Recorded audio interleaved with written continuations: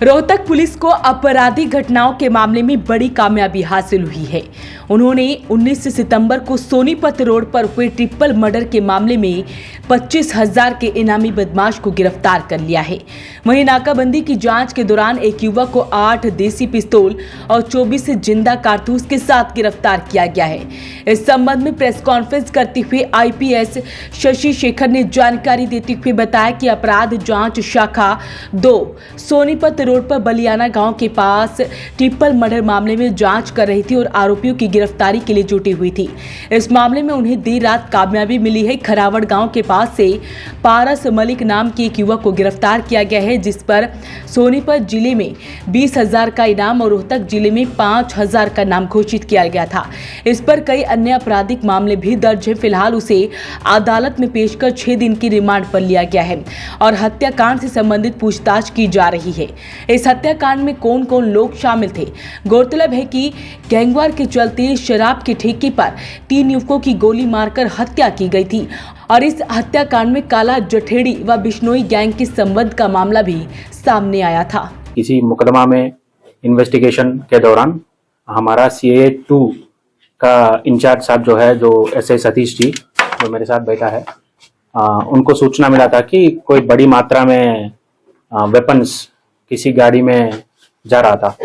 तो उस इंफॉर्मेशन के बेसिस पे हमारे CIA 2 टीम ने एक नाकाबंदी किया।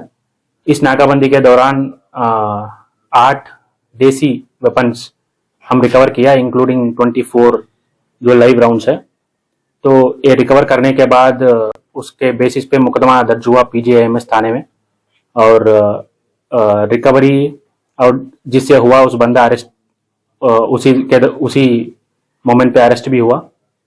और तो ये एक चीज़ है। और दूसरा जो बलियाना मोड़ पे जो लिकर शॉप पे ट्रिपल मर्डर हुआ था, तो उसका इन्वेस्टिगेशन और उसमें जो बाय नेम अक्यूज्ड है और डिस्क्लोजर में जिसका नाम आया है, तो उसको नैप करने में भी हमारा सारे क्राइम टीम्स का प्रयास जारी था। और उसमें भी CIA 2 team led by sub inspector Satish ji ने एक अचीवमेंट हासिल किया। तो उसमें पारस मलिक नाम का एक व्यक्ति जो है, जो सोनीपत का रहने वाला है, जिसके ऊपर 5,000 रिवार्डेड क्रिमिनल है रोहतक का और 20,000 सोनीपत का रिवार्डेड क्रिमिनल है। तो वो उनको गिरफ्तार कर लिया। उनका 6 दिन का रिमांड हमने कोर्ट से हासिल किया और पूछताछ और आगे का इन्वेस्टिगेशन प्रक्रिया दोनों केसेस में जारी है। तो हमारा प्रयास ये रहेगा कि कहीं पर भी कुछ रिकवरी हुआ वेपन्स का या ड्रग्स का, कहीं पर भी उसका पूरा चेन में जो भी इन्वॉल्व है, अगर कोई भी क्रिमिनल अरेस्ट हुआ तो उसको मदद करने में जो भी इन्वॉल्व है, उसका क्राइम को फैसिलिटेट करने में उसका इन्वॉल्वमेंट क्या है, ये भी प्रूव करना हमारा जिम्मेदार है। तो उस दिशा में सीनियर्स के आदेश अनुसार और डायरेक्शंस के अनुसार हम काम कर रहे हैं।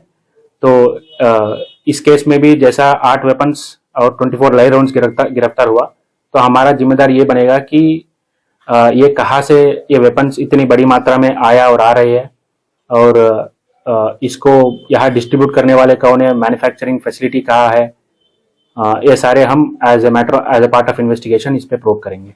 किस तरह के मामले हैं सर? सॉरी, किस तरह के मामले हैं इसका जो अरेस्ट हुआ है? जो 8 वेपन से अरेस्ट हुआ, तो उनके खिलाफ एक मुकदमा था जो आर्म्स एक्ट का ही था। इसके अलावा उनके ऊपर एक ही मुकदमा था। सर, जो सनी रिटोली का साथी बताया जा रहा है, ये सारे एक अलग गैंग बनाने की फिराक में थे। जी, पर्टिकुलर डिटेल्स में जाना मुझे नहीं लगता कि वो जरूरी है, लेकिन ये एक थीम हम ऑब्जर्व कर रहे हैं कि किसी न किसी, स्पेशली जो युवक जो है 18 साल और 30-40 साल उसके बीच में जो है, तो किसी न किसी बहकाव में आके अपना गैंग बनाने की चक्कर में या किसी और गैंग से खुद को प्रोटेक्ट करने के चक्कर में वेपन्स को प्रोक्योर करने का जो इरादा है, तो कहीं ना कहीं हमको दिख रही है। तो उस पर हम भी लगातार इंफॉर्मेशन भी कलेक्ट कर रहे हैं, हमारा क्राइम टीम लगातार काम कर रहे हैं। उस काम करने के दौरान ही ये सफलता मिला है। लेकिन उस कैटेगरी का जो यूथ है, उनको मैं यही कहना चाहता हूँ कि अगर आपको लगा कि किसी और से आपको थ्रेट है, तो पुलिस का रिस्पॉन्सिबिलिटी बनता है कि आपको प्रोटेक्शन दे और आपका लिबर्टी और सेफ्टी एंड सिक्योरिटी का ख्याल रखें। और कहीं पर भी आपको अगर ऐसी इंफॉर्मेशन मिली जिसके पास वेपन है, जो वेपन्स प्रोक्योर कर रहा है और प्रोक्योर करने की प्लानिंग में है, तो तुरंत आप संबंधित थाना क्षेत्राधिकार का जो थाना है वहाँ या हमारा क्राइम टीम्स को सूचना दें।